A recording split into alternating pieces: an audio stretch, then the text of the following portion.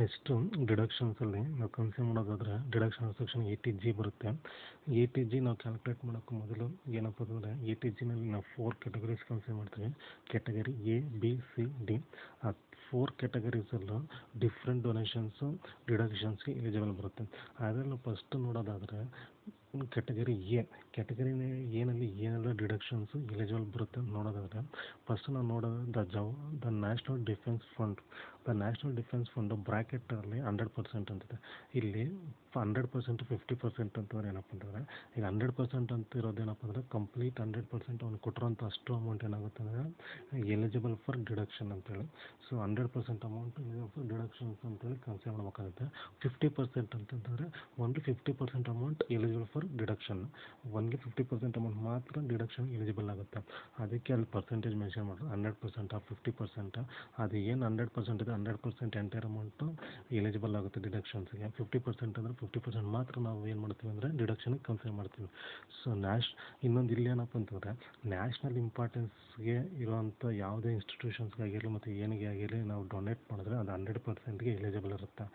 ಅದೇ ಈ personal name ಈಗ ಫಾರ್ ಎಕ್ಸಾಂಪಲ್ ಜವಾಹರ್ಲಾಲ್ ನೆಹರು, ರಾಜೀವ್ ಗಾಂಧಿ, ಇಂದಿರಾ ಗಾಂಧಿ ಈ ಥರ ಏನಾದರೂ ಟ್ರಸ್ಟು ಏನಾದರೂ ಬಂತಪ್ಪ ಅಂತಂದರೆ ಅವೆಲ್ಲ ಏನಾಗುತ್ತೆ ಅಂತಂದರೆ ಓನ್ಲಿ 50% ಮಾತ್ರ ಎಲಿಜಿಬಲ್ ಇರುತ್ತೆ. ಇದನ್ನು ನೋಡ್ಕೊಳ್ಳಿ. ಈ ಪರ್ಸನ್ ನೇಮ್ ಅಂತಿರೋದೆಲ್ಲ 50%ಗೆ ಅಪ್ಲೈ ಆಗುತ್ತೆ. ಮತ್ತು ನ್ಯಾಷನಲ್ ಇಂಪಾರ್ಟೆನ್ಸ್ ಇರೋ ಫಂಡ್ ಎಲ್ಲ ಏನಾಗುತ್ತೆ 100% ಎಲಿಜಿಬಲ್ ಆಗುತ್ತೆ. First national defence fund 100% deduction, Jawaharlal Nehru memorial fund 50% deduction, prime minister's drought relief fund 50%, prime minister's national relief fund 100%. Drought relief fund ಬೇರೆ, ನ್ಯಾಷನಲ್ ರಿಲೀಫ್ ಫಂಡ್ ಬೇರೆ. Drought relief fund ಅಂತಂದರೆ only 50%, national relief fund ಅಂತಂದರೆ 100%ಗೆ apply ಆಗುತ್ತೆ. Prime minister's Armenia earthquake relief fund 100%, Africa fund 100%, national children's fund 100%, Indira Gandhi memorial trust 50%, Rajiv Gandhi foundation 50%. ನಾನು already ಹೇಳಿದ್ದೀನಿ persons name ಬರುವಂಥ ಟ್ರಸ್ಟ್ಗೆ ಏನೋ ನಾವು ಡೊನೇಟ್ ಮಾಡಿದ್ರೆ ಇದೆಲ್ಲ ಕೂಡ 50% ಅಂತೇಳಿ. Next national foundation for communal harmony 100%.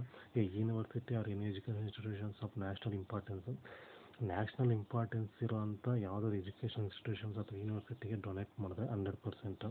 ಇದರಲ್ಲಿ ರೆಕಗ್ನೈಸ್ಡ್ ಎಜುಕೇಷನ್ ಇನ್ಸ್ಟಿಟ್ಯೂಷನ್ಸ್ ಬೇರೆ ಬರುತ್ತೆ. ರೆಕಗ್ನೈಸ್ಡ್ ಎಜುಕೇಷನ್ ಇನ್ಸ್ಟಿಟ್ಯೂಷನ್ಸ್ ಅಂತಂದರೆ 50% ಬರುತ್ತೆ. ಅದು ಕ್ಯಾಟಗರಿ ಬಿಗೆ ಅಪ್ಲೈ ಆಗುತ್ತೆ. ಇಲ್ಲಿ ಇಂಪಾರ್ಟೆಂಟ್ ಏನಪ್ಪ ಅಂದರೆ ನ್ಯಾಷನಲ್ ಇಂಪಾರ್ಟೆನ್ಸ್ ಇರೋವಂಥ ಎಜುಕೇಷನ್ ಇನ್ಸ್ಟಿಟ್ಯೂಷನ್ಸ್ಗೆ ಡೊನೇಟ್ ಮಾಡಿದ್ರೆ 100% ಆಗುತ್ತೆ. Gujarat earthquake fund 100%, Maharashtra chief minister's earthquake relief fund 100%, Zilla Saksharata Samiti 100%, national blood transfusion council and state council for blood transfusion 100%. ಇವೆಲ್ಲ ಕೂಡ ಏನಾಗುತ್ತದೆ ನ್ಯಾಷನಲ್ ಇಂಪಾರ್ಟೆನ್ಸ್ ಇರೋಂಥದ್ದು. Fund set up by state government for the medical relief to the poor 100%, central welfare fund of the army and air force and the Indian naval benevolent fund 100%, Andhra Pradesh chief minister cyclone relief fund 100%, national illness relief fund 100%, chief minister's relief fund or lieutenant governor's of relief fund 100%, national sports fund 100%, national cultural fund 100%, fund for technology development and application 100%, national trust for welfare of persons with autism, cerebral palsy, mental retardation and multiple disabilities 100%, any sum donated by an association to the Swachh Bharat ಕೋಶ್ set up by the central government 100%. ಈ Swachh Bharat, clean Ganga ಇದೆಲ್ಲ ಕೂಡ recent developments. ಇದೆಲ್ಲ ಕೂಡ ರೀಸೆಂಟಾಗಿ develop ಆಗಿರೋಂಥ schemes. ಈ ಸ್ಕೀಮ್ಸಲ್ಲಿ ಏನಾದರೂ fund setup ಮಾಡಿದ್ರೆ ಅಥವಾ ಡೊನೇಟ್ ಮಾಡಿದ್ರೆ ನಮಗೆ 100% ಡೊನೇಷನ್ಸ್ಗೆ ಎಲಿಜಿಬಲ್ ಇರುತ್ತೆ. ಸೊ ಸ್ವಚ್ಛ Bharat Kosh 100%, clean Ganga any sum donated by an association to the clean Ganga fund set up by the central government. So clean Ganga ಸ್ಕೀಮ್ಗೆ ಏನಾದರೂ ನಾವು ಡೊನೇಟ್ ಮಾಡಿದ್ರೆ 100% ಬರುತ್ತೆ. Any sum donated to the national fund for the control of drug abuse ಇದಕ್ಕೆ ನಾವು donate ಮಾಡಿದ್ರೆ 100% ಬರುತ್ತೆ. ಇದು ಕ್ಯಾಟಗರಿ ಎ. ಫಸ್ಟು ಕ್ಯಾಟಗರಿ ಎನಲ್ಲಿ ಯಾವುದೆಲ್ಲ ಬರುತ್ತೆ 50% ಅಪ್ಲೈ ಆಗುತ್ತೆ, 100% ಅಪ್ಲೈ ಆಗುತ್ತೆ. ಇದು important. Next category B C D ನೋಡೋದಾದರೆ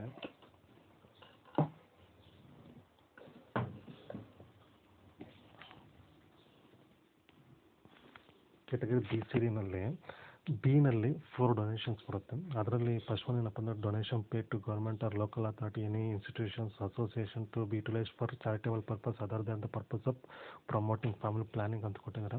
ಇಲ್ಲಿ ನೋಡಿ ಸೇಮ್ ಅಡ್ಜಸ್ಟ್ಮೆಂಟ್ ಸಿನಲ್ಲೂ ಬರುತ್ತೆ, ಬಿ ಮತ್ತು ಸಿನಲ್ಲಿ ಸೇಮ್ ಅಡ್ಜಸ್ಟ್ಮೆಂಟ್ ಬರುತ್ತೆ. ಬಟ್ ಏನಪ್ಪ ಅಂದರೆ ಅಲ್ಲಿ ಡಿಫ್ರೆನ್ಸ್ ಏನಪ್ಪ ಅಂದರೆ ಬಿನಲ್ಲಿ ಬರೋಂಥದ್ದು purpose other than the other than the purpose of promotion of family planning. Other than the purpose of promotion of family planning ಅಂತಂದರೆ, ಪ್ರಮೋಟಿಂಗ್ ಫ್ಯಾಮಿಲಿ ಪ್ಲಾನಿಂಗ್ ಅಂತಂದರೆ, ಫ್ಯಾಮಿಲಿ ಪ್ಲ್ಯಾನಿಂಗ್ ಬಿಟ್ಟು ಬೇರೆ ಇದಕ್ಕೆ ಏನಾದರೂ ಅವರು ಚಾರಿಟಬಲ್ ಟ್ರಸ್ಟ್ಗೆ ಅಥವಾ ಇದಕ್ಕೆ ಏನಾದರೂ ಫಂಡು ಡೊನೇಟ್ ಮಾಡಿದರೆ, donation pay to government or local authority any institutions association to utilise for charitable purpose other than the purpose of promoting family planning. Other than the purpose of promoting family planning ಅಂದರೆ family planning ಬಿಟ್ಟು ಬೇರೆ ಪರ್ಪಸ್ಗೆ ಏನಾದರೂ donate ಮಾಡಿದ್ರೆ 50% apply ಆಗುತ್ತೆ. Same ಅಡ್ಜಸ್ಟ್ಮೆಂಟೇ for the purpose of promoting family planning ಅಂತ ಬಂದರೆ 100% ಫಂಡು ಎಲಿಜಿಬಲ್ ಬರುತ್ತೆ. ಅದು ಕ್ಯಾಟಗರಿ ಸಿಗೆ ಬರುತ್ತೆ. ಕ್ಯಾಟಗರಿ ಬಿ ಬಂದು other than the purpose of promoting family planning ಬರುತ್ತೆ. ಕ್ಯಾಟಗರಿ ಸಿಗೆ ಬಂದು for the purpose of promoting family planning ಬರುತ್ತೆ. ಅದು ಅದರ್ ದ್ಯಾನ್ ಬಂದರೆ 50%, for the purpose of promoting family planning ಬಂದರೆ 100%. ಸೊ ಬಿನಲ್ಲಿ ಬಂದು other than the purpose of promoting family planning ಬರುತ್ತೆ.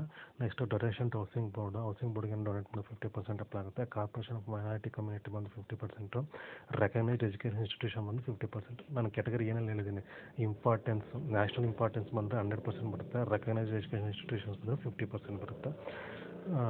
ಕ್ಯಾಟಗರಿ ಸಿನಲ್ಲಿ ಒಂದೇ ಒಂದು ಡೊನೇಷನ್ ಬರುತ್ತೆ. ಅದು ಯಾವುದಪ್ಪ ಅಂದರೆ for the purpose of promotion of family planning. Next category ಡಿನಲ್ಲಿ 2 ಡೊನೇಷನ್ಸ್ ಬರುತ್ತೆ. Any donation paid for repairs renovation to any temple, mosque, gurdwara, church of national historical importance. ಯಾವುದಾದ್ರು ಟೆಂಪಲ್ ಆಗಿರ್ಬೋದು, ಚರ್ಚ್ ಆಗಿರ್ಬೋದು, ಮಾಸ್ಕ್ ಆಗಿರ್ಬೋದು, ಅದೇ ನ್ಯಾಷನಲ್ ಇಂಪಾರ್ಟೆನ್ಸ್ ಇರೋಂಥ historical importance ಇರೋಂಥ ಯಾವುದೇ ಟೆಂಪಲ್ ಆಗಿರಲಿ ಅಥವಾ ಮಾಸ್ಕ್ ಆಗಿರಲಿ, ಗುರುದ್ವಾರ ಆಗಿರಲಿ, ಅಂಥದ್ದು ಯಾವುದಾದ್ರೂ ನೀವು ರಿನೋವೇಟ್ ಮಾಡೋದಕ್ಕೆ ಡೊನೇಟ್ ಮಾಡಿದ್ರೆ ಅದೆಲ್ಲ ಏನಾಗುತ್ತೆ 50% ಡೊನೇಷನ್ಗೆ ಅಪ್ಲೈ ಆಗುತ್ತೆ. Any donation paid by company Indian Olympic association or any institution as specified. ಯಾವ ಒಲಿಂಪಿಕ್ ಅಸೋಸಿಯೇಷನ್ಸ್ಗೆ ಏನು ಡೊನೇಟ್ ಮಾಡಿದ್ರೆ 50% ಅಪ್ಲೈ ಆಗುತ್ತೆ. ಇದು category B C D. Category A B C D total 4 categories ಬರುತ್ತೆ. Category A, category B, category C, category D.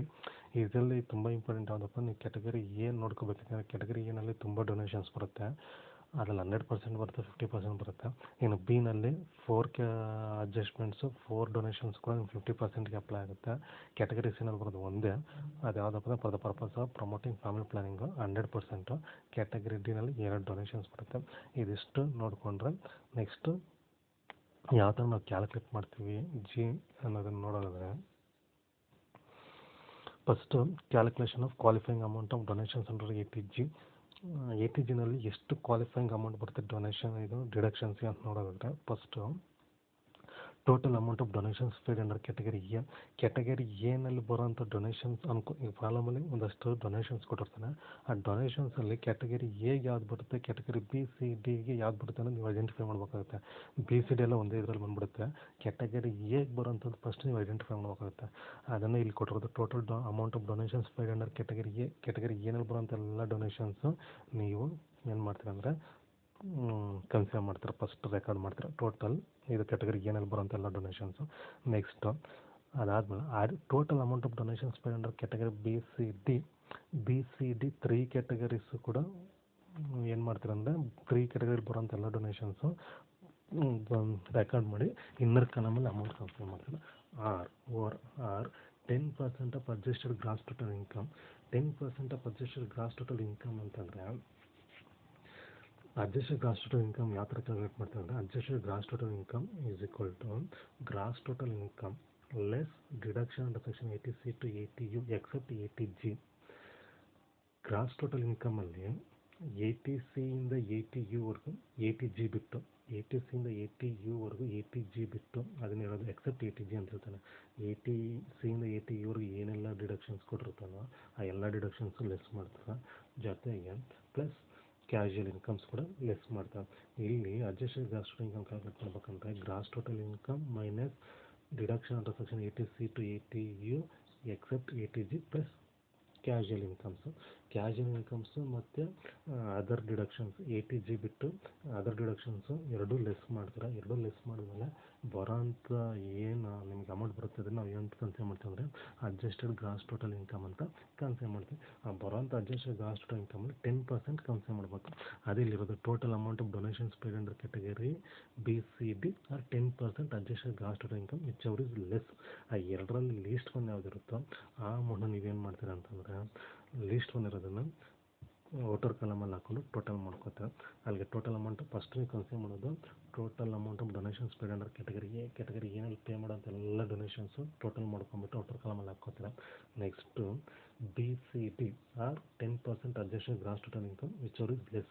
BCD ಮತ್ತು 10% adjusted gross total income ಎರಡಕ್ಕೂ compare ಮಾಡಿ ಯಾವ್ದು ಲೀಸ್ಟ್ ಬಂದಿರುತ್ತೋ ಅದನ್ನು ನೀವೇನು ಮಾಡ್ತೀರಾ ಔಟರ್ ಕಾಲಮಲ್ಲಿ ಹಾಕ್ಕೊಂಡು ಟೋಟಲ್ ಮಾಡಿಕೊಂಡ್ರೆ ಟೋಟಲ್ ಕ್ವಾಲಿಫೈಯಿಂಗ್ ಅಮೌಂಟ್ ಬರುತ್ತೆ. ಈ ಟೋಟಲ್ ಕ್ವಾಲಿಫೈಯಿಂಗ್ ಅಮೌಂಟಲ್ಲಿ ಎಷ್ಟು ಡಿಡಕ್ಷನ್ಸ್ ಅಮೌಂಟ್ ಬರುತ್ತೆ ಅಂತ ನಾವು ನೋಡೋದಾದರೆ ನೆಕ್ಸ್ಟ್ ಸ್ಟೆಪ್ಪಲ್ಲಿ ಡಿಡಕ್ಷನ್ ಅಂಡ್ ಸೆಕ್ಷನ್ 8G ಮಾಡೋದಾದರೆ 100% 50% ಏನಕ್ಕೆ ನೋಡ್ತೀವಿ ಅಂದರೆ ಈಗ ಇಲ್ಲಿ ಅಪ್ಲೈ ಆಗುತ್ತೆ. ಏನಪ್ಪ ಅಂದರೆ first total deduction of 100%. Total deduction of 100% ಅಂತಂದರೆ ನಮ್ಗೆ ಏನು ಕೊಟ್ಟಿರ್ತಾನೆ ಆ ಡೊನೇಷನ್ಸಲ್ಲಿ 100% ಅಪ್ಲೈ ಆಗೋದನ್ನೆಲ್ಲ ನಾವು ಏನು ಮಾಡ್ತೀವಿ ಅಂದರೆ ಫಸ್ಟ್ ರೆಕಾರ್ಡ್ ಮಾಡ್ತೀವಿ. ಟೋಟಲ್ ಡೊನೇಷನ್ಸ್ ಆಫ್ 100% ಯಾವುದೆಲ್ಲ ಬರುತ್ತೋ ಅದೆಲ್ಲ complete amount donations first record ಮಾಡ್ತೀವಿ. Next at 50% of remaining qualifying amount ಅಂತ ಹೇಳಿ. 50% ಆಫ್ ರಿಮೈನಿಂಗ್ ಕ್ವಾಲಿಫೈಯಿಂಗ್ ಅಮೌಂಟ್ ಅಂದರೆ ಟೋಟಲ್ ಕ್ವಾಲಿಫೈಯಿಂಗ್ ಅಮೌಂಟಲ್ಲಿ 100% ಡೊನೇಷನ್ಸ್ ಲೆಸ್ ಮಾಡಿದ್ಮೇಲೆ ರಿಮೈನಿಂಗ್ ಏನು ಉಳ್ಕೊಳ್ಳುತ್ತೋ ಅದನ್ನು ರಿಮೈನಿಂಗ್ ಕ್ವಾಲಿಫೈಯಿಂಗ್ ಅಮೌಂಟ್ ಅಂತೇಳಿ. ಆ ಬರೋವಂಥ ರಿಮೈನಿಂಗ್ ಕ್ವಾಲಿಫೈಯಿಂಗ್ ಅಮೌಂಟಲ್ಲಿ 50% ಈಗ for example total qualifying amount ನಿಮಗೆ ಎಷ್ಟು 1,50,000 ಬಂದಿರುತ್ತೆ ಅಂತ ಇಟ್ಕೊಳ್ಳಿ. ನಿಮಗೆ ಟೋಟಲ್ ಕ್ವಾಲಿಫೈಯಿಂಗ್ ಅಮೌಂಟು 1,50,000 ಬಂದಿರುತ್ತೆ ಎಕ್ಸಾಂಪಲ್. ಇದು ಟೋಟಲ್ ಕ್ವಾಲಿಫೈಯಿಂಗ್. ಇದರಲ್ಲಿ ನಿಮ್ಗೆ 100% ಡೊನೇಷನ್ಸು ನಿಮಗೆ 1,00,000 ಇರುತ್ತೆ. 1,00,000 ಇರುತ್ತೆ. ಟೋಟಲ್ ಕ್ವಾಲಿಫೈಯಿಂಗ್ ಅಮೌಂಟ್ ಇರೋದು ಎಷ್ಟು 1,50,000. 100% ಡೊನೇಷನ್ ಇರೋದು ಎಷ್ಟು 1,00,000. ಇಲ್ಲಿ ಟೋಟಲ್ ಡೊನೇಷನ್ 100%ಅಲ್ಲಿ ನೀವೇನು ಮಾಡ್ತೀರಾ 1,00,000 ರೆಕಾರ್ಡ್ ಮಾಡ್ತೀರಾ. Add 50% of remaining qualifying amount ಅಂದರೆ 1,50,000ನಲ್ಲಿ 100% ಡೊನೇಷನು 1,00,000 ಆಯ್ತಪ್ಪ ಅಂದರೆ ನೆಕ್ಸ್ಟ್ ಉಳ್ಕೊಳ್ಳುತ್ತೆ 50,000 ರಿಮೈನಿಂಗ್ ಕ್ವಾಲಿಫೈಯಿಂಗ್ ಅಮೌಂಟ್ ಬರುತ್ತೆ. ಈ 50,000ನಲ್ಲಿ 50% ನೀವೇನು ಮಾಡ್ತೀರಾ ಅಂತಂದರೆ ಆ್ಯಡ್ ಮಾಡ್ತಾರೆ. 50% ಆಫ್ ರಿಮೈನಿಂಗ್ ಕ್ವಾಲಿಫೈಯಿಂಗ್ ಅಮೌಂಟ್ ಅಂತ ಹೇಳ್ತಾನೆ. ಸೊ 50% ರಿಮೈನಿಂಗ್ ಕ್ವಾಲಿಫೈಯಿಂಗ್ ಅಮೌಂಟ್ ಅಂತಂದರೆ 50,000ನಲ್ಲಿ 50% ಏನು ಬರುತ್ತೋ ಅಂದರೆ 25,000 ಅಮೌಂಟ್ ಬರುತ್ತೆ. 50% ಅಂದರೆ ಆ 25,000 ಏನು ಮಾಡ್ತಾರೆ ಅಂದರೆ 100% ಡೊನೇಷನ್ಸ್ ಆ್ಯಡ್ ಮಾಡಿಕೊಂಡ್ರೆ ನಿಮಗೆ ಡಿಡಕ್ಷನ್ ಸೆಕ್ಷನ್ 8G ಪ್ರಕಾರ ಅಮೌಂಟು ಡಿಡಕ್ಷನ್ಸ್ಗೆ ಬರುತ್ತೆ. ಇದು 8Gನಲ್ಲಿ ಕ್ಯಾಲ್ಕುಲೇಟ್ ಮಾಡೋಂಥ ಪ್ರೊಸೀಜರು.